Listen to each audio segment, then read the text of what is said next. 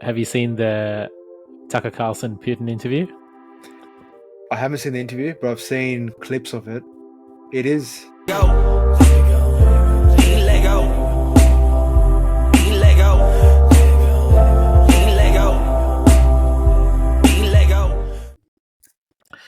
Welcome to the Banjo Pod, everybody.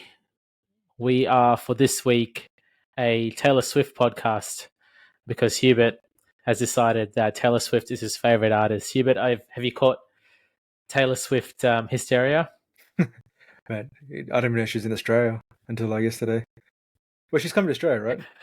I don't know. She's coming this week, yeah. I think the concerts are this. She's got at the time of recording, the Super Bowl just happened.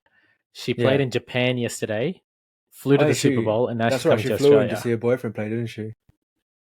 Yeah. Yeah. She's a hustler, man. I don't know what the guy's name is. Did they win? His boyfriend? Kelsey, yeah. I think he's part of the Chiefs. Oh, okay. Which one? Greatest ever artist of our time? Nah, no way. I mean, not in my books. I don't know. Maybe when it comes to numbers, could be, but mate, I don't know. I don't rate her music. So. What? Why not? Would you say she's the top artist in your generation? She's second to Rihanna, so yeah. Oh man. Yeah, we know. They say, what's that saying? You have the same amount of hours in a day as Beyonce used to be.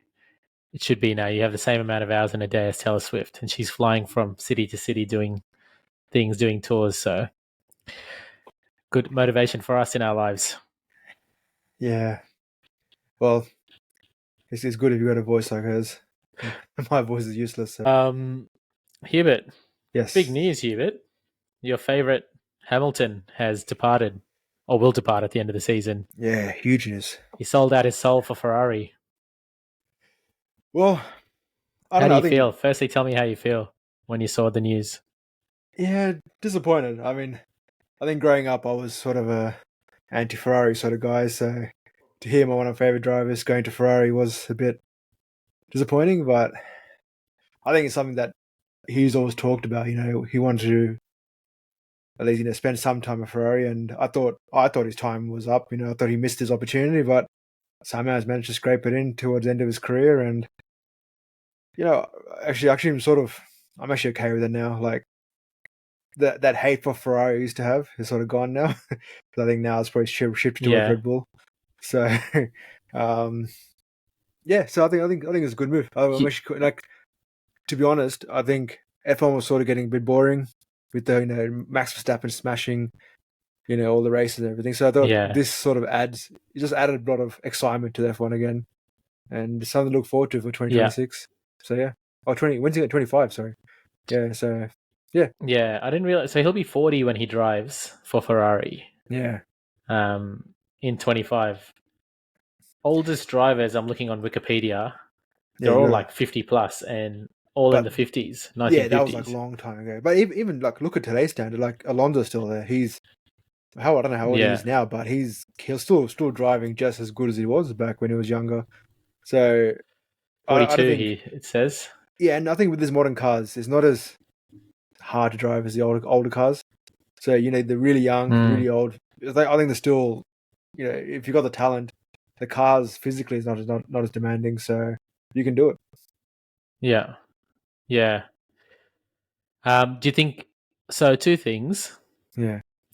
Do you think there's an appeal for F1 drivers to drive for Ferrari before they finish up? Like, is that definitely growing up? Yeah. He's like ticking off a boyhood dream. Yeah, and I think you talk to anyone who loves the sport F1. Look, Ferrari's the oldest name in F1. They've been around pretty much since day one. Rich history, most constructor championships, most world championships. It's sort of the I don't know what other sports you can sort of describe it to, but in F1, to drive for Ferrari is sort of like you're driving for the top team. Even though right now they're not the top team when it comes to performance on the track, there's the prestige about saying you drove for Ferrari, you wore the red overalls, and there is a big appeal to it. I mean, even when I was a kid, even though I hated Ferrari, like just thought of driving a Ferrari is still pretty appealing. So, yeah, so I think there's definitely some sort of appeal to driving a Ferrari sometime in your career if you're lucky enough to get It's up like there. playing for the Sydney Roosters. Nah, man, there's nothing compared to that. Man, I wouldn't want to play for Roosters any day. So in the modern era, oldest drivers, Schumacher Yeah, drove at 43 in 2012, okay. That was the Alonso Mercedes, wasn't it? 42, Is he 42 now? 2023.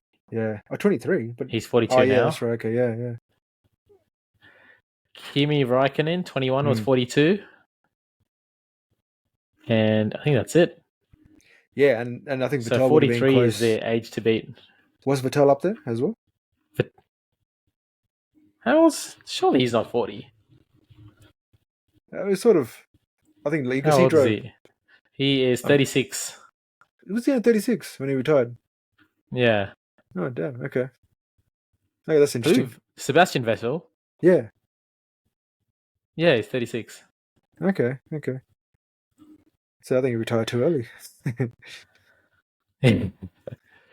Why not, right? What did Rosberg retire at? Like, he was pretty young too. Yeah, but I think I mean he achieved his goal and got out of there, won his championship, and so that's Yeah, enough. that's right. Who's going to replace Hamilton at Mercedes? Yeah, so this is They're going to the get one of the newbies, it's going to be like Miss, Piastri. and this is what I love about this news. Like, I think this is the first time, first I think they're saying it's the first time where the 20 drivers who finished last year are starting the next year as well. Like, there's been no change in any of the seats, so you can see there wasn't much news in the market before driver changes for this race this season, but then now come 25, Hamilton's just throw a span into the works. It's getting to musical chairs right now, and I think you see a lot of free seats going to come up here, and and it's going to be very a lot of speculation of who's going where. Mercedes, they got that's one of the most highly coveted seats. They pretty much can pick anyone they want. So you got your Alonso's, you got your in my opinion, I think maybe someone like Albon deserves a chance in Mercedes. Yeah, I think he's proven himself to be decent. He sort of had a good comeback from his year absence. You still got the old guy Nico Hulkenberg. He's still got talent to show. And I think Mercedes also have Esteban Ocon as one of their drivers, so he's a decent driver as well. So there's a few people who can drive for Mercedes, but we'll see. It's sort of a wait and see, I guess. Because George Russell's going to be the number one driver now. So let's see who they decide who's going to sit next to him. I got a feeling it'll be if you ask me, and let's see if I'm right. I reckon it's going to be Albon. yeah. Would you pick? So they're two young drivers, though. Would they get someone with experience in there? I don't think so, and they're not young anymore as well. Like they got a few years experience under their belts. Um, Yeah. so they're not Actually, rookie Albon's older drivers than anymore. George Russell. Yeah, they're not rookies anymore. So it's not like they're picking like if Yeah. anyone who's got a rookie team is McLaren. My team, they're the ones with young kids in Mm. there, and they're driving brilliant. So I don't think there's any. Like I said, with these modern cars, you can put a kid in there, and as long as they got the talent, they're fine. So Yeah. and I think McLaren guys have proven that. So yeah, I mean, I don't think there's any issue with the age now. And I think Albon Yeah. and Russell I think they're pretty much veterans now in that sport. So yeah, with the amount of change that Mm. happened in there. Yeah. And then obviously in the back office change as well. Red Oh, Bull with Christian Horner, huge.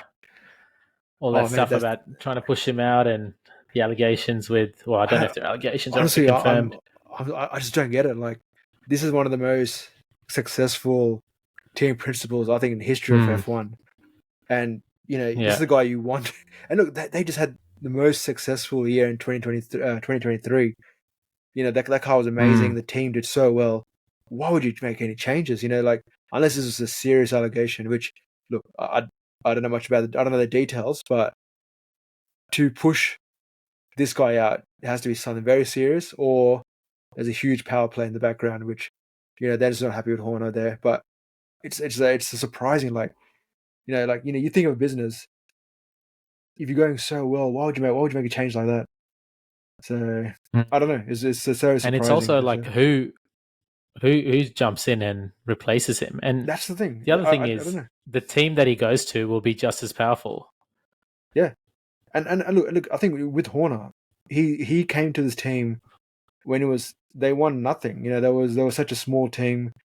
I wouldn't say they had the most resources when it comes to funding as well. He put together a strong team with AJ Newey and a few other guys, and he absolutely dominated. Like, I think it was a huge shake up to the whole F1 system where this random team came nowhere, became one of the most successful teams in the this past decade.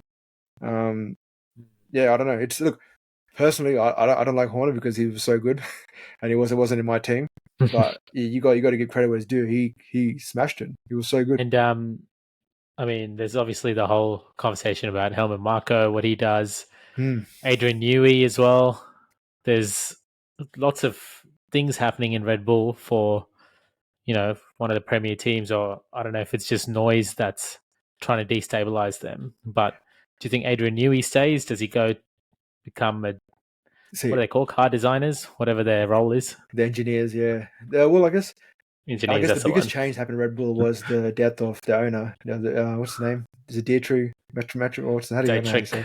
Dietrich. Matisik Yeah, or whatever. I think that was the biggest change happened in Red Bull when he passed away. I think he was 22, wasn't it? I think he pretty much when he was there, no one could touch Horner, no one could touch Marko, no one could touch Newey. As soon as he passes away, I think there was a bit of power struggle in there. I think Horner is just too powerful in the organization. And yeah, I think that's my feeling. I think it is sort of a power struggle. You know, Horner's just too powerful in their mind. And then especially right, because like guys like AJ Newey, he's been there with Horner from the start for Red Bull. And I think he's already left Red Bull for a bit, tried other things, came back. So why would he want to stay around if Horner's not there? I think the only reason he stayed there was because he enjoyed being in that team with Horner. And I don't know if you heard, but he's always had regrets of not going to Ferrari as well, sort of like Hamilton. So this could be his chance to, Horner did. No, Horner, Adrian Newey. So Adrian Newey, yeah, okay. yeah, because he was doing Williams. He was engineering McLaren, then Red Bull. So he's done it for a few of the big teams, and one regret he had was not going to Ferrari. So you never know. This could be a connection of Hamilton, Newey in Ferrari 25, and I think that would be really good. I think Ferrari will come out of nowhere. I think they'll smash it if they manage to get that. That's like a dream team right there. So we'll see.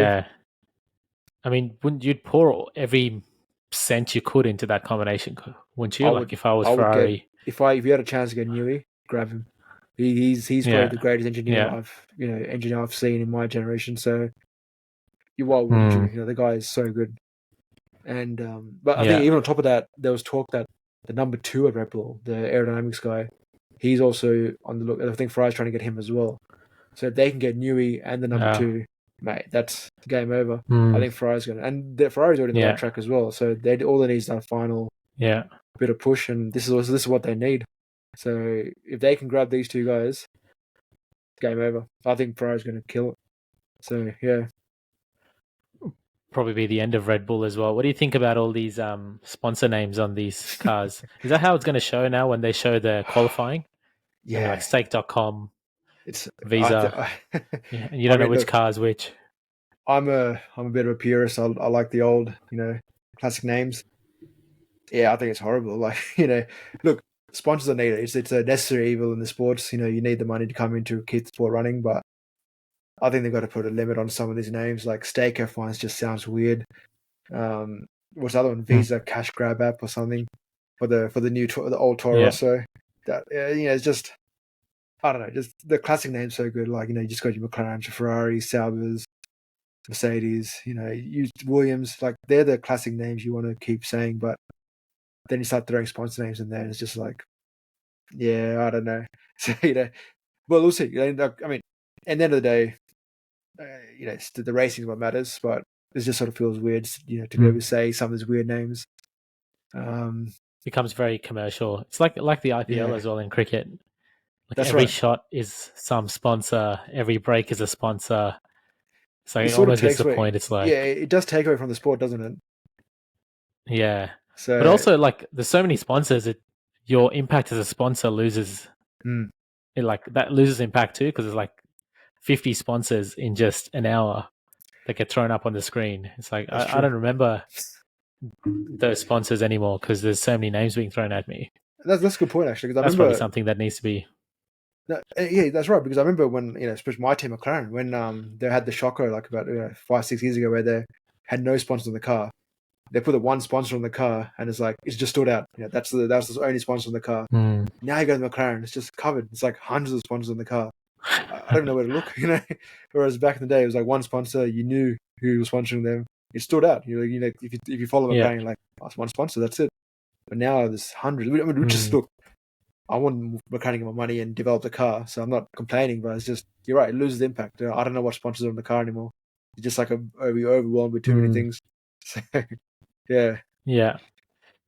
I guess sponsors are getting more value for their money because you're not just now visible during races and qualifying, like with the whole Drive to Survive stuff. Mm. They're also visible throughout a whole Netflix series. Yep. So whatever you pay, you have replays of that airspace or eyeballs continuously as people look at that series, which is actually like, you know, how popular that series has made F1. Mm. Goes to show, like, when we look at the Melbourne F1 videos, like we haven't been in a while, when you see the telecast, it looks like there's so many more people on those hills than there were, 10, 15 years ago when we used to go. Yeah, I mean, Drive to Survive has changed the F1 game. I remember when when I was following it, you talk about F1 with your friends. No one knew what it was. Like no one cared about Formula One. So unless you were like a purist who loved racing, then you followed F1.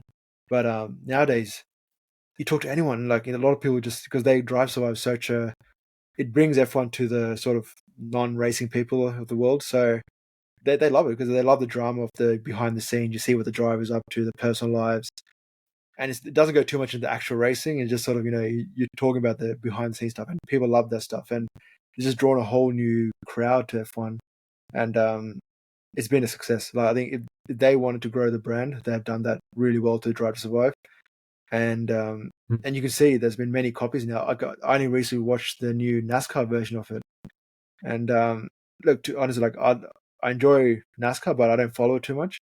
And when I watched this Drive to Survive and their version of Drive to Survive, it was actually I actually got into it. I'm like, oh wow, there's actually you learn about the drivers there, you learn about how the all the ins and outs of how a team works. And I was like, hey, NASCAR could be something I can follow again. I can actually follow that properly. But yeah, Yeah, and you're right with the crowds now. When we went, it was pretty easy to get a ticket. I don't think they ever sold out. I think yeah, we looked for the 2024 race, and you can see it was all sold out. And I was like, we always talk about, oh, one day we should go to F1, but then it's like now if you want to go, you have to pretty much commit to it early on, buy a ticket and go watch it. Whereas mm. back in the day, you can go. One race we decided to go the weekend before and let's go watch the race, and we went down to Melbourne, watch the race because those tickets were just readily available. You can't do that these days, and Yeah, yeah, and we'll see. Maybe what do you think? Should we go next year again? Should we try to go next year?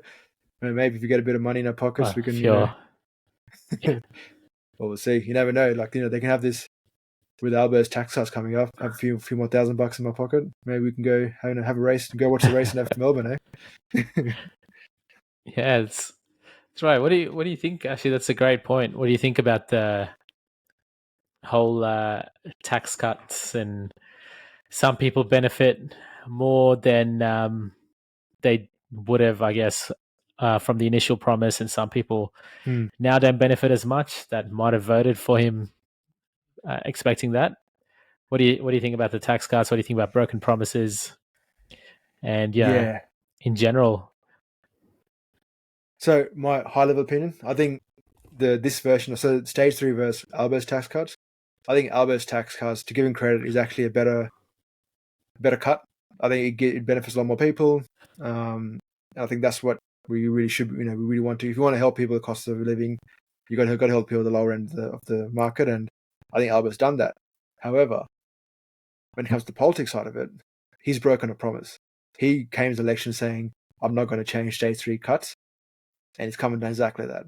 Now that's the part that I'm not comfortable with. In that I'm not saying it's politics do all the time, but you come with a promise, you should stick to it. And now it's sort of like, now you got doubts, like, what else is he going to cut? What else is he going to change? He's promised so many things. Is he going to backtrack on those as well? And I think that's what's sort of getting me about Albo. And look, I sort of knew he was a bit of a sneaky guy. He was sort of just tries to talk about and stuff, but this sort of proves that he's capable of that. He says one thing and does something else. So I think overall tax cuts, great. I think it's a good, better version of tax cuts. But the broken promise, I'm not comfortable with that. So he's quoted, I think he said, obviously inflation is one of the reasons that his mind has changed and his policies have changed, but also the general cost of living.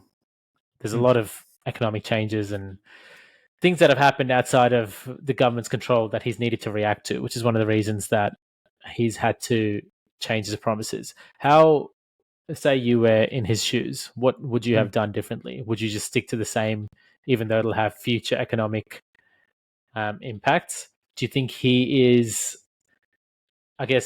changed and implemented his stage 3 existing tax cuts to appeal to a certain group, like, your working class or certain income threshold to buy the votes for the next election? Do you think there's something, I guess, deeper happening behind what he's done, or is he doing it for the greater good?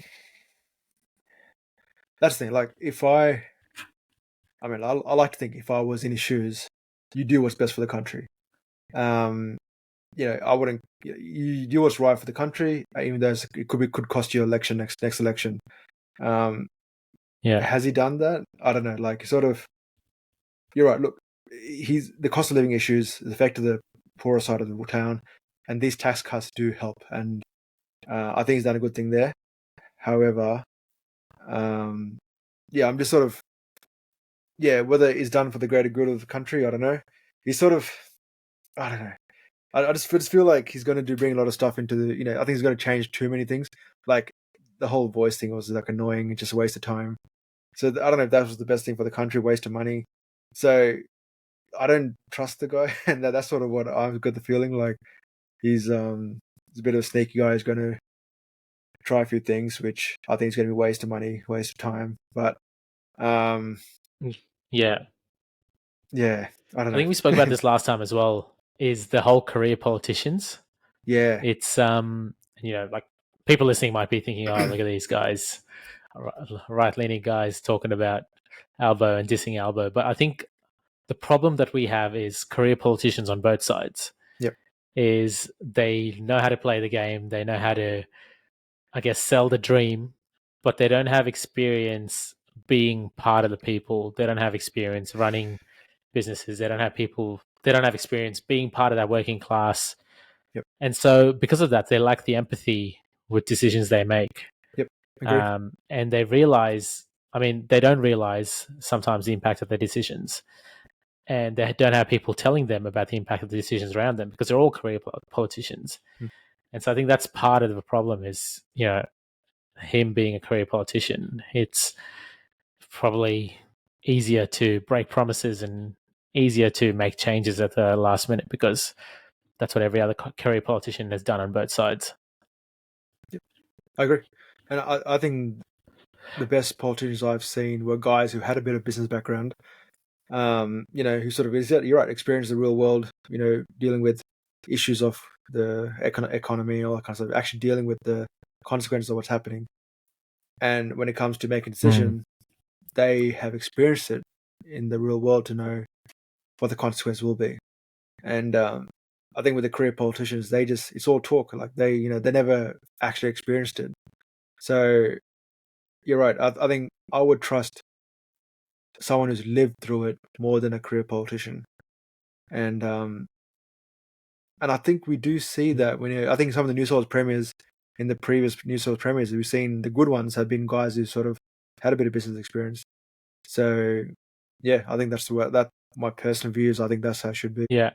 And I think as well, like I told you, I'm not great at this tax stuff, but despite all the tax relief provided, they've increased, again, this is unrelated in terms of how they do this, but it still creates an impact. Increase, fuel excise, the tax on fuel, alcohol, fines across, the state and federal system, tobacco, things like passport fees. And so if you're a everyday Australian that puts fuel in your car, buys alcohol, pays fines, or smokes, then this probably doesn't have as much benefit for you, because how it works out. If the average salary in Australia is 90K, based on what Google tells me, you save about 1.1K. Oh, sorry, you save about 1.9K over the year, which roughly works out to, what is it? Quick maths, $36 a week. And so you put that into perspective. Mate, well, wipe all the saving out, all the electricity, even the electricity costs going up, that wipes all that out. So Yeah, that's right. I think at the end of the day, I think at the end of the day, we're not actually making any gain out of this. So you're right. All these extra costs coming on the other side, just wiping out the tax coming on this side. So I don't know. It's just sort of just evening things out, and you can see wage increase not really happening all around Australia. So it's just. It's just hitting families harder in the real term, but I don't know. And that's probably part of it. I mean, I guess he's not doing this to give us more money so we can go on trips. It's more to ease the pressure of that's right. cost of living. So I guess that makes sense. But it's not the big cash grab that it's probably advertised to be, but it is what it is. What does make me happy, though, Hubert, despite all of these tax cuts or not so good tax cuts, is seeing park cricket moments of the week. And so there's been a lot of videos online about funny moments. There's moments from our series where we've had a lot of great laughs. This is also brought to you by the Park Cricket series, by the way, guys. Now on KO Sports. If you haven't seen it yet, you're doing yourself a disservice. The tier of watching something is like Taylor Swift concerts, Park Cricket series next. So if you're into Taylor Swift, you'll probably like Park Cricket on KO Sports. But I've got a moment for you, Hubert, which I think you might like. Let's do it. I want you to tell me what you think of this. All right. Let's see what you pulled up. What's the most village thing about this clip?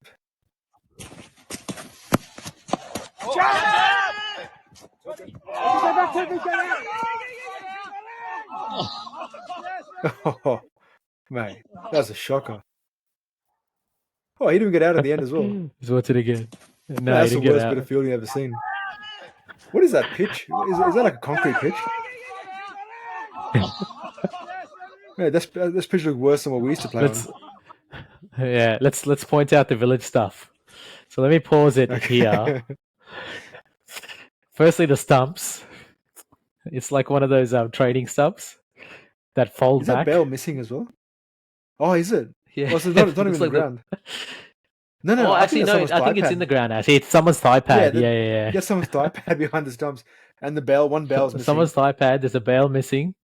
And that's a huge. This guy's wearing shorts. Crease. The bowler. Yeah. What is that? Yeah. Black shoes, shorts. He's pretty much wearing your outfit to 20 leagues. Is that a concrete pitch as well? Yeah, it looks like a concrete pitch. Yeah, it's shocking. That hasn't been well taken care of. There's a bit of stuff there. And the boundary doesn't look too big as well. The tree's like right behind him. Yeah. If I keep playing this. I think one of the fielders has shorts too. This guy just has no interest. He said, go back. He was going to run and he's like, nah, it's not worth it. I don't pay my fees to get out for zero. Why did the guy run? And so he sends the old fella back. Yeah. Man, that was like a shocking. There wasn't a single in that at all. I don't know why he started running for that. Yeah, that's a cracker. It looks like something hey, I think there was an episode where you ran freaky out like that, didn't you? No, that wasn't a single. He ran himself out. And you made him run and got him run out. Mate, shocking. He kissed the ground. It was prayer time. So which episode was that in? Do you remember? That was the second episode when we got beaten by the other 20 team. Oh, was it? That's Oh, that was when it. did two people get run out that game? That was Jay and Freaky You ran both of them out, in the one game. mate.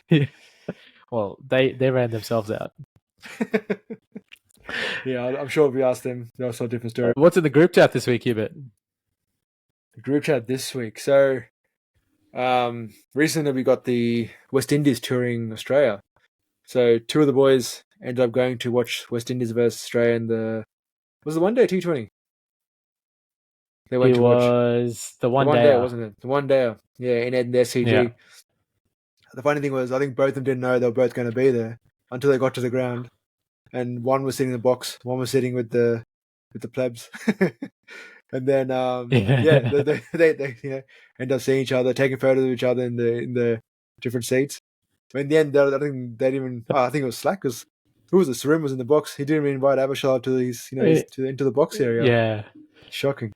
I But think let's show some show and tell. I've you got the this shots. up. Yeah. And This was Av in the pleb section. There you go. Wearing his flamingo shirt and his running hat. His classic blue shorts as well, isn't it? Always. Yeah.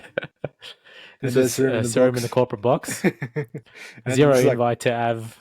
I think he was trying to hide the fact that plenty of empty seats here. Exactly, plenty of space. Yeah, plenty of empty seats. I think he was too embarrassed to bring Abishal in there. Let's not show that. Wait,